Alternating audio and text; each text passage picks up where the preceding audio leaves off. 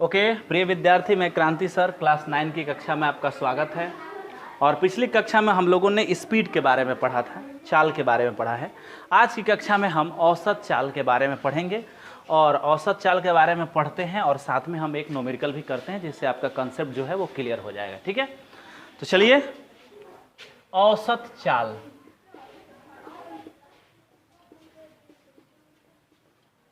जिसको आप कहते हैं एवरेज वेलोसिटी, क्या बोलते हैं? सॉरी, एवरेज स्पीड, वेलोसिटी नहीं, स्पीड बार बार आ जाता, वेलोसिटी बार बार आ जाता है।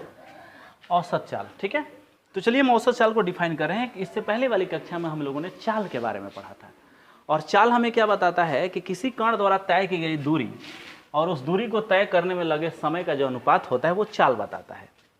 अगर हम इस परिभाषा में संपूर्ण दूरी कर दें, किसी कण द्वारा तय की गई संपूर्ण दूरी या पूरी समस्त दूरी या सारी दूरी और उस दूरी को तय करने में लगा कुल समय का जो अनुपात होता है वो हमको औसत चाल बताता है। जैसे मान लेते हैं हमारे पास एक गाड़ी है और यह गाड़ी पॉइंट ए से चलकर पॉइंट बी पर पहुंचती है, फिर वहां जाकर रुक जाती है, फिर उसके बाद फिर चलना प्रारंभ करती है, बी से सी पर पहुंचती है और फिर सी से आगे चलते हुए कहाँ पहुंचती है? डी पर पहुंचती है। तो यहाँ पर देखिए तो कई सारे अलग अलग लग रहा है कि जैसे गतियाँ हैं। ए से बी के बीच एक गति हो रही है, बी से सी के बीच एक गति हो रही है, सी से डी के बीच एक गति हो रही है। लेकिन अगर हमको इस समस्त गतियों में तय की गई दूरी यदि हम लें एस और इस पूरी गति में लगा समय टी लें, तो इसका अनुपात जो होता है वो औसत हमको कहा जाता है स्पीड। ओके, औसत स्पीड का मतलब है कि पूरी गति के लिए आप स्पीड कैलकुलेट कर रहे हैं। ठीक है, हो सकता है उसमें अलग अलग अंतरालों में स्पीड का मान कम या ज़्यादा हो सकता है। किसी अंतराल में कण बहुत तेज स्पीड से चल रहे हैं, किसी अंतराल में कण जो है उसकी स्पीड जो है बहुत कम है, या किसी अंतराल में वो विराम में है। लेकिन हम पूरे अंतराल को यदि जोड़ देते हैं, सभी अंतराल को एक साथ मानते हैं और पूरे समय को हम जोड़कर और पूरी दूरी को हम लेते हैं और फिर हम जब चाल निकालते हैं तो वो हमारा औसत चाल कहा जाता है। तो इसकी परिभाषा क्या हो जाएगी? किसी कण द्वारा तय की गई कुल दूरी एवं इस दूरी को पूरा करने में लगा कुल समय औसत चाल कहलाता है। क्या कहलाता है?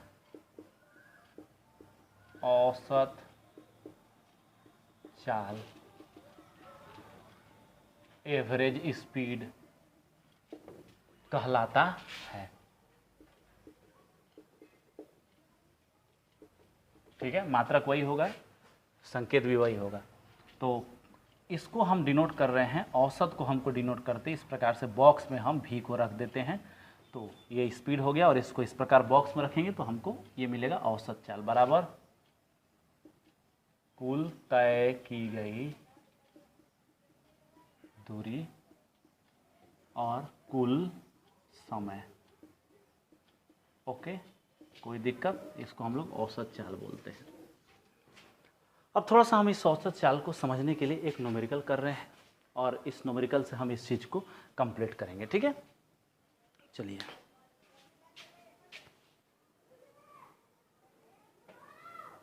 कैमरा में थोड़ा सा इधर घुमा देता हूं जिससे आपको दिख सके। तो चलिए एक एग्जांपल ले रहे हैं।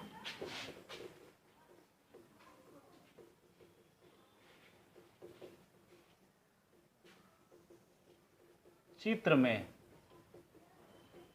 एक कण की गति दिखाई गई है। हो गया? इस कण का औसत चाल ज्ञात करें।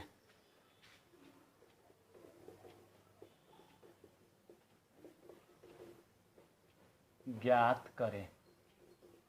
ओके, क्या दिक्कत है जी आप लोग को बताइए। तो हम लोग नहीं पढ़ेगा। तो आइए, आप सुबह में आइए। कब बताइए। हमारा वीडियो बनता 8 बजे के आसपास, हमारा 8 बजे टाइम है। 8 बजे तक पक्का?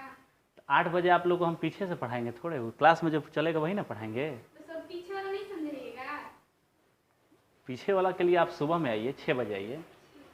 6 बजे? हाँ 6 बजे हम आ जाते हैं यहाँ पे, ऑफिस में रहेंगे, आपको समझा देंगे। फ़ोन कर लीजिएगा, मेरा नंबर है ना? नहीं है? ठीक है, तो आप इंतज़ार कीजिए 2 मिनट, हम वीडियो बना ले रहे हैं। ठीक है, चित्र में एक कण की गति दिखाई गई है, इस कण का औसत चाल ज्ञात करना है। ठीक है, तो आइए हम इस कण को थोड़ा दिखा रहे हैं। तो हम अपनी कण को हम अपनी कार की तरह मान लेते हैं। ठीक है, ये हमारी कार है। ओह, ये कितनी बुरी कार है हमारी, ये भी वाली 10 रुपये वाली कार है। ठीक है, और ये कार पॉइंट ए से चलना शुरू कर रही है और ये पॉइंट बी तक क्या हो रही है, सीधे जा रही है। ठीक है, ये पॉइंट बी तक क्या हो रही है, सीधे जा रही है। उसके बाद ये मुड़ जा रही है और मुड़ते हुए यह पॉइंट सी पर आकर क्या हो जा रही है, रुक जा रही है। ओके, पॉइंट ए से बी की जो दूरी है वो है यहाँ से लेकर यहाँ के बीच में ये 10 मीटर की दूरी है, और बी से सी के बीच की जो दूरी है वो 10 मीटर से कम है, वो है 7 मीटर। ओके, ए से बी तक जाने में इसको समय जो लग रहा है, वहाँ ये जो टाइम है वो है 5 सेकेंड, और बी से सी के बीच आने में इसको जो समय लग रहा है वो लग रहा है 15 सेकेंड। आप कहेंगे सर 15 सेकेंड क्यों? 10 मीटर चला 5 सेकेंड में, आप 7 मीटर चलेगा 15 सेकेंड में। हाँ, बस स्लो हो गया है, तो एक्सीलेटर पर पैर हटा दिया है, एक्सीलेटर पर से पैर हटा दिया है तो स्लो हो गई है गाड़ी। इसमें कौन सी बड़ी बात है, होता नहीं है। ऐसा थोड़े कि आरा से विक्रमगंज जाएंगे तो 100 किलोमीटर की रफ्तार चले तो विक्रम सासाराम भी 100 किलोमीटर की रफ्तार चलेगा। तो ट्रैफिक पर डिपेंड कर रहा है, ड्राइवर के मूड पर डिपेंड कर रहा है। ठीक है, तो यहाँ पर देखिए 2 अलग अलग गति हैं, ए से बी और बी से सी, और दोनों गतियों के लिए अलग अलग दूरी है और अलग अलग समय है। लेकिन हमको क्या करना है, औसत निकालने का मतलब ये है कि हमको संपूर्ण गति का अध्ययन करना है। तो संपूर्ण गति का अध्ययन करना है तो औसत चाल हमको निकालना है, औसत चाल।